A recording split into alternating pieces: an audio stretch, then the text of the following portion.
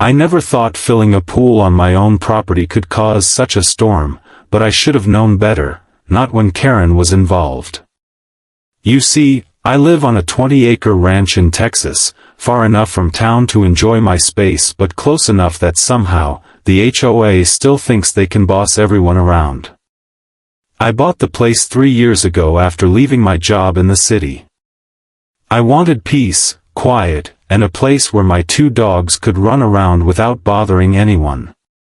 I built my dream setup, a small barn, a workshop where I tinker with my classic trucks, and now, the latest addition, a large, beautiful in-ground pool I had saved for over a year to build. It was meant to be my summer escape, a place to cool off after long days fixing fences and mowing fields. The contractors had just finished filling it, the water shimmering in the hot sun like a sheet of glass. I was proud, sweaty, and ready to jump in. That's when I saw her, Karen, standing at the edge of my driveway like a vulture circling its prey. Karen wasn't just any HOA member. She was the president, self-appointed guardian of the community aesthetic, as she liked to call it. She didn't even live on my road but somehow felt the need to enforce every little rule, real or imaginary. She had fined me once for leaving my truck parked in the field, where neighbors could see it, even though my nearest neighbor was half a mile away. She had complained about the color of my barn, the number of lights on my porch, even the fact that my rooster crowed too early in the morning. Each time, I laughed it off, paid no fine, and kept living my life. But this time, I could tell from the scowl on her face that she thought she had caught me committing the crime of the century. She marched up to my gate, clipboard in hand, sunglasses perched like a sheriff about to arrest a bandit. "You can't just fill that pool without HOA approval," she barked, her voice carrying across the dry grass. "You're violating community water restrictions." I wiped the sweat from my forehead, trying to keep my temper in check. "Karen, I'm on a private well. I'm not using city water. The HOA has nothing to do with my property." But Karen wasn't the type to listen to reason. She jotted something down furiously on her clipboard, muttering about fines and bylaws. Then, to my surprise, she pulled out her phone and started dialing. "If you won't stop filling it, I'm calling the cops," she said with a smug grin. "You're wasting water during a drought." That was it, I couldn't help but laugh. The idea of someone calling the police because a man on his own land was filling a pool with his own well water was so absurd it was almost funny. I leaned against the fence and watched as she argued with the dispatcher, exaggerating every detail like she was reporting a bank robbery. She kept glancing at me, clearly expecting me to panic, to turn off the pump, maybe even beg her not to get me arrested. Instead, I grabbed a cold beer from the cooler by the pool, cracked it open, and took a long sip while the water kept rushing in. By the time the sheriff's cruiser pulled up, Karen was practically bouncing with excitement, convinced she was about to see me hauled off in handcuffs. 2 deputies stepped out, both of them guys I'd seen around town before. Sheriff's department in a rural county like ours isn't some faceless city force. They know everybody, and everybody knows them. The taller one, Deputy Harris, gave me a nod before turning to Karen. "Ma'am, what seems to be the problem?" he asked, professional but clearly already suspicious of what kind of call he had just responded to. Karen launched into her tirade about water waste, HOA regulations, and how my pool was a community hazard. She pointed dramatically at the water as if it were a crime scene. I stood there sipping my beer, letting her dig her own hole. When she finally finished, out of breath, Harris turned to me. "Sir, you want to tell me your side?" "Not much to tell," I said, shrugging. "I had a well drilled last year. I paid to have this pool installed, filled it from my own well, and she decided that was an emergency." Harris looked at me, then back at Karen. "You're on well water?" "Yes, sir," I replied. "Completely off city supply. I even had the county inspector sign off on the system." I pulled the paperwork out from the folder I kept in my workshop, because if you live under an HOA with Karen in charge, you learn to keep every scrap of documentation handy. The deputies looked over the papers, nodded, and handed them back. Harris turned to Karen, his expression somewhere between amused and annoyed. "Ma'am, he's not breaking any laws. There's no restriction on private well usage in this county." Karen's face turned red, her mouth opening and closing like a fish. But, the HOA rules, with all due respect, ma'am, HOA rules aren't law, Harris said flatly. "We don't enforce those." That should have been the end of it, but Karen wasn't done. She tried to argue, tried to get them to at least write me a citation, but the deputies had heard enough. They thanked me for my time, wished me a good day, and were about to leave when I had an idea. "You guys look like you've been working all day in this heat," I said, glancing at the still-filling pool. "I just finished getting this pool set up, why don't you come back later when you're off duty? I'll throw some steaks on the grill, we can cool off, and you can see how much of a menace this thing really is."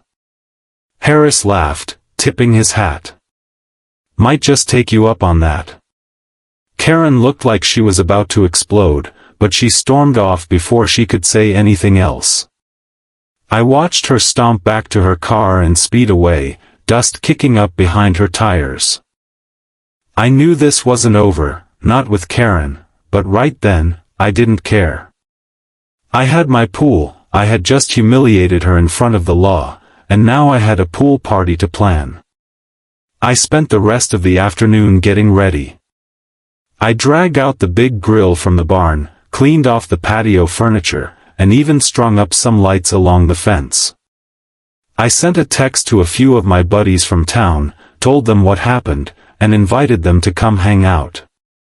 By sunset, the pool was full, the water sparkling under the string lights, and I was standing there with a cold beer in one hand and a set of tongs in the other. If Karen thought calling the cops was going to ruin my day, she had another thing coming. She had just given me the best excuse for a party I'd had all year. By the time the first stars appeared in the sky, the smell of sizzling steaks and burgers filled the air. The pool lights glowed a soft blue, casting ripples of light across the deck. Music played from the Bluetooth speaker I'd set on the patio table, good old country tunes, the kind that make you tap your foot whether you want to or not. My friends rolled in one by one, some bringing coolers of beer, others with chips, salsa, and even a bottle or two of good whiskey.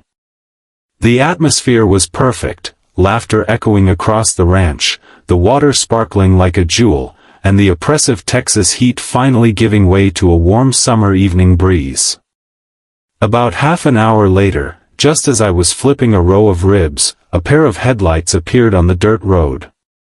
For a split second, I thought Karen had come back to start round two, but as the truck pulled up, I recognized it. It was Deputy Harris's truck, followed by another cruiser. When the doors opened, out stepped Harris and Deputy Cole, both out of uniform, wearing shorts and t-shirts like normal guys ready to relax after a long shift. They carried a cooler between them, grinning like kids sneaking into a fair. "Hope that invite was serious," Harris said with a chuckle. "Wouldn't have it any other way," I replied, motioning toward the grill. "Grab a plate, you're just in time." The moment they stepped into the backyard, the vibe got even better. People love it when cops show up to a party, not because of trouble, but because it means you're officially in the clear. The deputies made themselves at home, tossing their cooler into the mix, which turned out to be full of cold beer and sodas. Before long, we were all sitting poolside, plates piled high, trading stories about ridiculous calls they'd had to answer. The pool, still brand new and sparkling, was too tempting to ignore. A couple of my buddies jumped in first, splashing around like kids, and pretty soon even Harris kicked off his shoes and dove in with a cannonball that sent water flying over the deck. That was the moment Karen reappeared. I didn't hear her car at first. Maybe she parked further down the road, maybe she had been sitting there waiting for the right time to strike, but I saw the beam of a flashlight sweeping across the field, heading toward the pool area. My stomach tightened, but then I caught Harris's expression when he spotted her. He didn't look worried, just annoyed, like a man who's had to deal with the same nuisance too many times. Karen marched right up to the fence, her phone in one hand, flashlight in the other. "I told you this was against the rules," she snapped, not even bothering with hello. "And now you're hosting some kind of illegal gathering? There are noise ordinances, you know." Harris wiped water from his face, walked over to the fence, and leaned against it. "Evening, ma'am," he said calmly. "Everything's under control here." "Under control?" she shouted, her face turning red. "There are cars all over the street, there's loud music, and this pool is still full. I demand you shut this down." "Ma'am," Harris said, his patience thinning, "we're off duty. Nobody's breaking the law here. Music's under the limit, there's no curfew violation, and this is private property. You're the one trespassing." Her jaw dropped. "Trespassing? I'm the HOA president. And this property isn't part of the HOA common areas," Harris replied evenly. "Unless you have a warrant or the homeowner's permission, you need to step back." Karen sputtered like an overheated engine. "This isn't over. I'm going to fine him for every single day that pool exists without approval." I couldn't resist. I walked up to the fence, holding a plate of ribs, and handed one to Harris like we were just two guys hanging out. "Karen, you want one?" I asked, grinning. She glared at me like I'd insulted her entire family tree. "Absolutely not." "Suit yourself," I said, taking a big bite. "We'll save you a plate in case you change your mind." Everyone behind me laughed, not cruelly, just in that way you laugh when the tension finally breaks. Karen turned on her heel and stormed back toward her car, muttering something about board meetings and emergency votes. When she left, the party truly hit its stride. We cranked the music a little louder, people danced barefoot on the patio, and someone even started a game of chicken in the deep end. The deputies didn't just sit around either, they were right there in the mix, tossing a football across the pool, joking with everyone, just regular guys enjoying a night off. I hadn't had that much fun in years. But even as I laughed and passed out fresh drinks, I couldn't shake the feeling that Karen wasn't done. She'd never been embarrassed like that before, especially not in front of law enforcement. And Karen was the kind of person who thrived on control. Losing twice in the same day, first when the deputies told her she had no case, then when she saw them at my pool party, was going to eat at her like a rusted hinge. Sure enough, around midnight, just as the last embers from the grill were dying down, my phone buzzed with a notification, an email from the HOA board. I opened it and laughed so hard I nearly fell out of my chair. It was an official notice from Karen herself, claiming I was in serious violation of multiple community regulations, including unauthorized water features, excessive gatherings, and public disturbance. The letter threatened fines up to $10,000 if I didn't drain the pool and dismantle the structure immediately. I showed the email to Harris, who just shook his head. "She's going to get herself in trouble if she keeps this up," he said. "That's harassment. You might want to talk to a lawyer if she actually tries to enforce that." "Oh, I will," I replied, grinning. But first, I think I'm going to host another pool party, make it a real event this time. If she's going to lose her mind over this, might as well give her something worth losing it over. Everyone cheered at that, and just like that, my pool party turned into a planning session for what would become the biggest event the ranch had ever seen. If Karen thought she had seen chaos tonight, she was in for a shock, because next time, I wasn't just inviting a few friends and a couple of deputies. I was going to invite half the county. Planning the second pool party became my personal mission. If Karen was going to spend her time drafting threats and trying to control what happened on my land, then I was going to make sure every single minute of that time was wasted. The next morning, I woke up early, brewed a pot of strong coffee, and sat at the kitchen table sketching out plans. This wasn't just going to be a casual get-together, this was going to be an all-out summer bash, something big enough to make the county talk about it for weeks. I started by calling a few buddies of mine who owned local businesses. One had a food truck, another had a sound system and a portable stage from when he used to run events, and another ran a barbecue supply store. By noon, we had a plan. We were going to host the Freedom Ranch Pool Bash, open invitation to friends, neighbors, and anyone who wanted a good time. News traveled fast. In small towns, you don't even need social media, though I posted about it there too. Word of mouth alone spreads faster than wildfire. People I hadn't seen in months started calling, asking if they could bring their kids, their friends, even their dogs. Bring whoever you want, I told them. We've got space.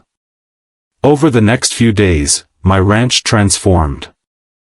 We strung lights across the big oak trees, hauled in extra tables and chairs from the community center, set up a fire pit, and even rented a giant inflatable water slide to go next to the pool. Harris and Cole stopped by off-duty one evening to help hang the lights, laughing about how much Karen's blood pressure was probably spiking with each new addition. And of course, Karen noticed. I spotted her car creeping by at least 3 times during the week, slowing down just enough for her to peer through the fence. I even caught her once standing at the edge of the road with binoculars, writing something down in her little notebook. It didn't bother me, in fact, it made me grin every time I saw her. The more she snooped, the better it was going to feel when she saw the crowd that was about to show up. Saturday finally arrived. The sun was blazing, the sky was a perfect blue, and the smell of smoked brisket wafted through the air. The first guests arrived before noon, parking along the road and in the open field near the barn. By 2 o'clock, there were at least 50 people there, music pumping from the speakers, kids laughing as they splashed in the pool, adults lounging with cold drinks in hand. The food truck parked near the fence and started serving tacos and pulled pork sandwiches. I worked the grill again, flipping burgers while chatting with neighbors, most of whom had their own Karen stories to share. Apparently, she had hassled just about everyone within a 3-mile radius at some point, from complaining about the color of someone's shutters to reporting another guy's chicken coop for being too noisy. Around 3, Harris and Cole arrived, this time in uniform, but not to shut anything down. They had just finished a shift and had stopped by to check on things, which mostly meant grabbing plates of food and mingling with the guests. The sight of 2 deputies chatting and laughing with everyone sent a clear message to Karen. If she was watching, she'd know there wasn't a thing she could do to stop the party. Sure enough, about an hour later, she showed up. This time, she didn't just march up to the fence alone, she brought backup in the form of 2 other HOA board members, both of whom looked like they'd rather be anywhere else. She had a thick folder in her hands, no doubt full of printed bylaws and violation notices. She stood at the gate, face red and sweaty under the afternoon sun, and yelled over the music. "This gathering is unauthorized," she shouted. "You are in direct violation of the HOA charter. You must cease this event immediately or face legal action."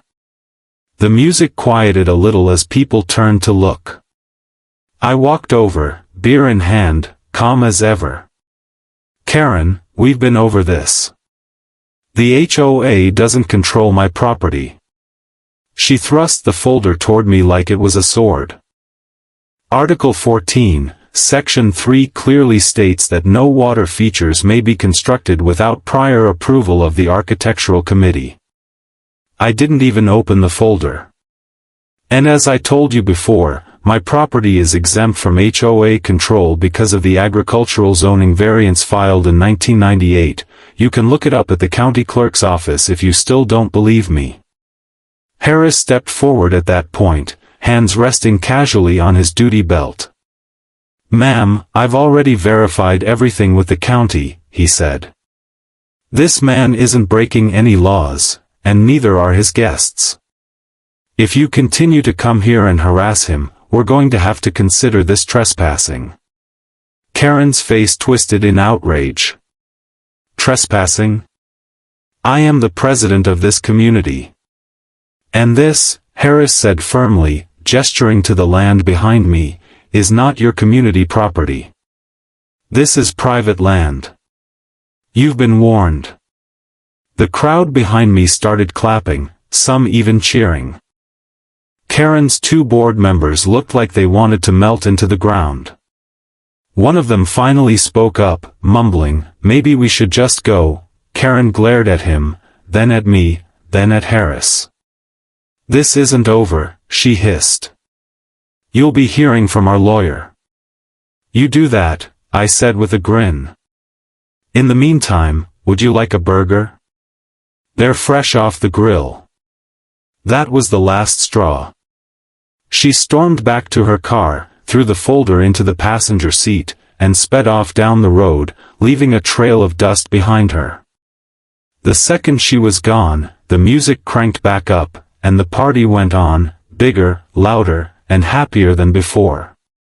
As night fell, we lit the fire pit, roasted marshmallows, and turned the whole thing into a starlit celebration. The pool lights glowed, reflecting off the water as people swam under the stars. Harris and Cole hung around late into the night, laughing and joking like old friends. At one point, Harris raised his drink and said loudly, "To the best pool party in the county, and to putting busybodies in their place." The crowd erupted in cheers. Lying back in a lounge chair later that night, I stared up at the sky, listening to the hum of conversation and the sound of splashing water. It felt good, not just because I had stood my ground, but because I had turned something negative into something positive for everyone around me. Instead of letting Karen ruin my weekend, I had created something that brought people together. But I knew Karen well enough to know she wasn't going to quit. The next move would be legal, some kind of official complaint or bogus lawsuit, and I was ready for it. If she wanted a fight, I was more than willing to give her one. I didn't have to wait long for Karen's next move. The following Monday, an official-looking envelope showed up in my mailbox, stamped with the HOA letterhead. Inside was a notice of mandatory hearing demanding that I appear before the board to address my numerous violations, and to discuss corrective actions, including potential fines and the removal of unauthorized structures. I couldn't help but laugh as I read it. She really thought she could haul me in front of her little tribunal like some school principal lecturing a kid who got caught chewing gum. Instead of panicking, I did what any self-respecting rancher with time on his hands would do. I called my lawyer. Sam had been my go-to guy since I bought the ranch, a sharp, no-nonsense attorney who had no patience for overreaching HOAs. I forwarded him the letter, and within the hour he called me back, chuckling. "She really doesn't know when to quit, does she?" he said. "Your property's zoning status exempts you from the HOA's authority. They can hold as many hearings as they want, but they can't legally compel you to show up. So what do you suggest?" I asked.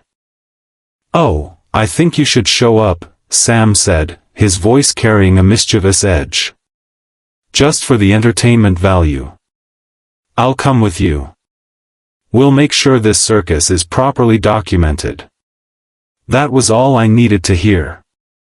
The following Thursday, I put on my cleanest jeans, a button-down shirt, and my best boots. Sam met me out front, briefcase in hand and a grin on his face.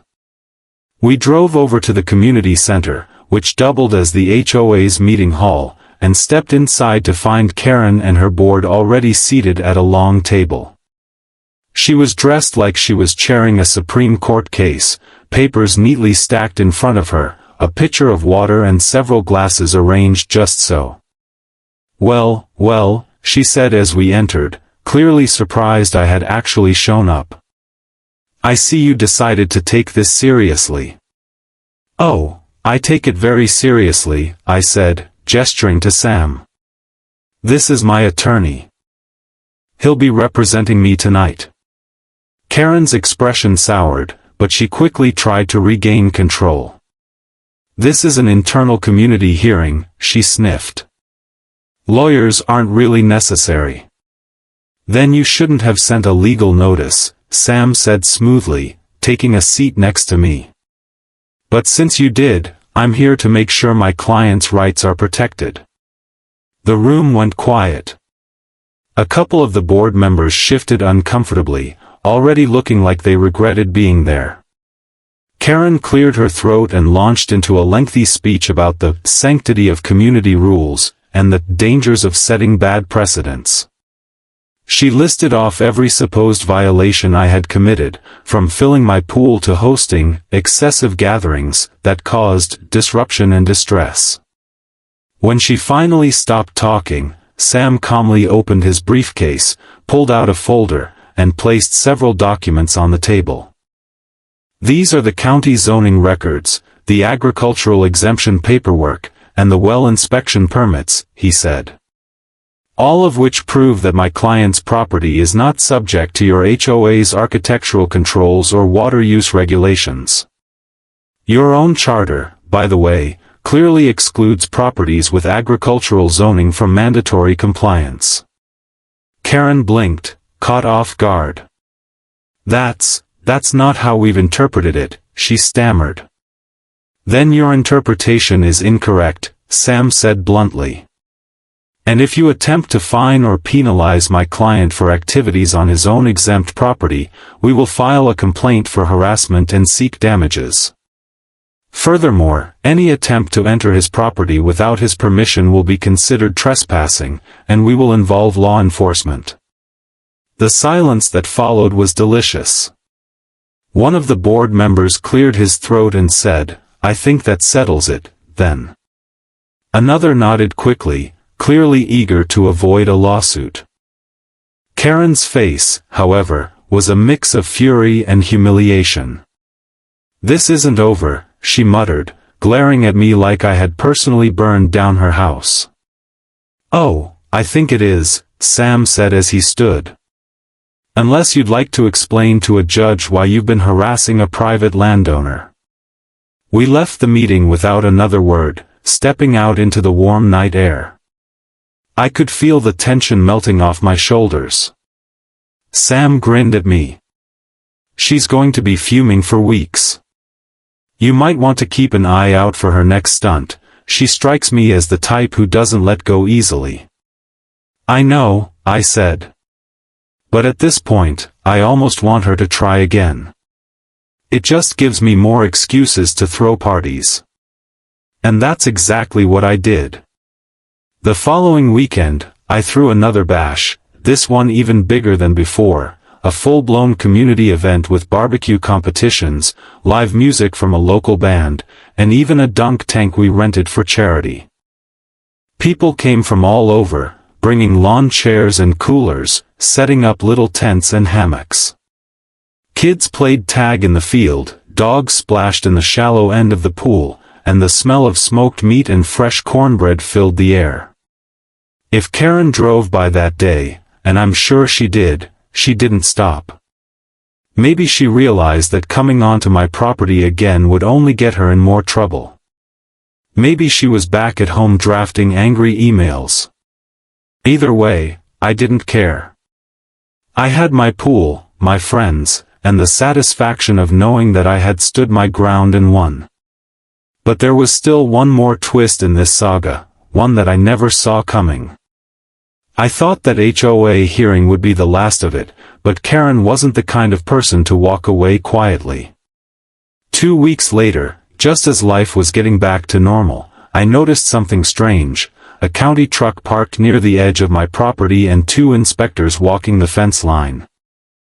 I walked out to meet them, wiping grease off my hands from a morning spent working on the tractor. "Morning, gentlemen," I said. "What's going on?" They were polite, professional, and a little sheepish.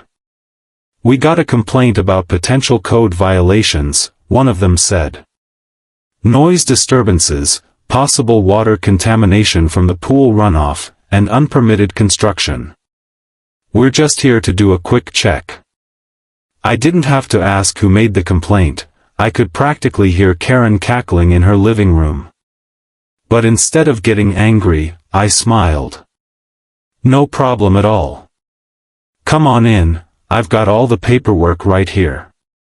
I walked them through everything: the well inspection, the septic system approval, the county variance paperwork, even the pool construction permits.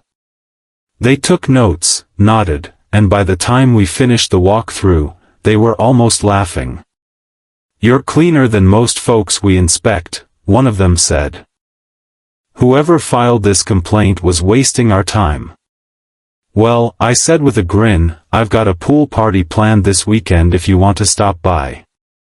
Bring the family, you can see how well everything runs when it's in use." They chuckled, thanked me for my time, and left. That's when I decided this weekend's party was going to be the biggest one yet. If Karen wanted to play dirty, I was going to beat her with kindness, and by kindness, I meant inviting half the county over to celebrate my fully legal, fully approved pool.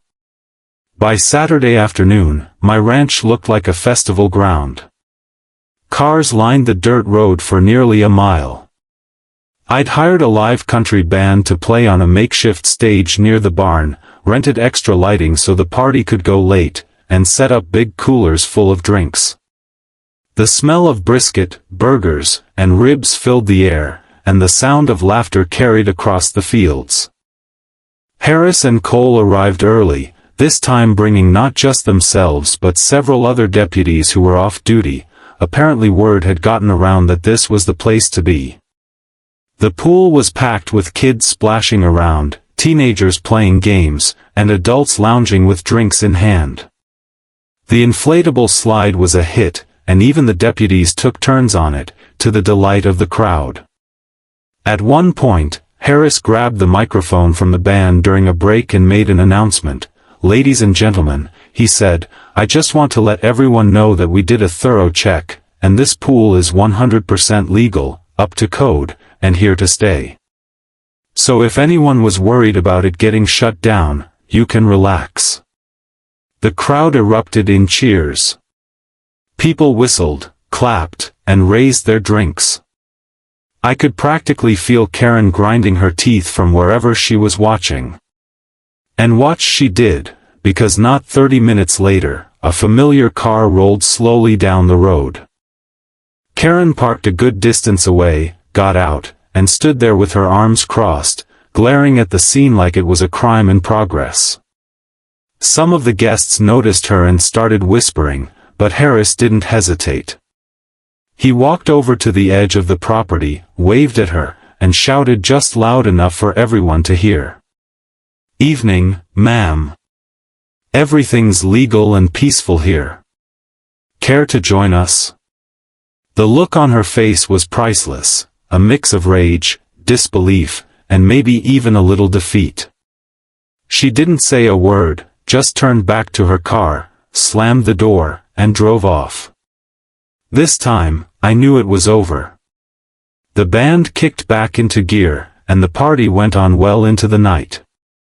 We had fireworks, courtesy of one of my neighbors, who set them off from the far pasture.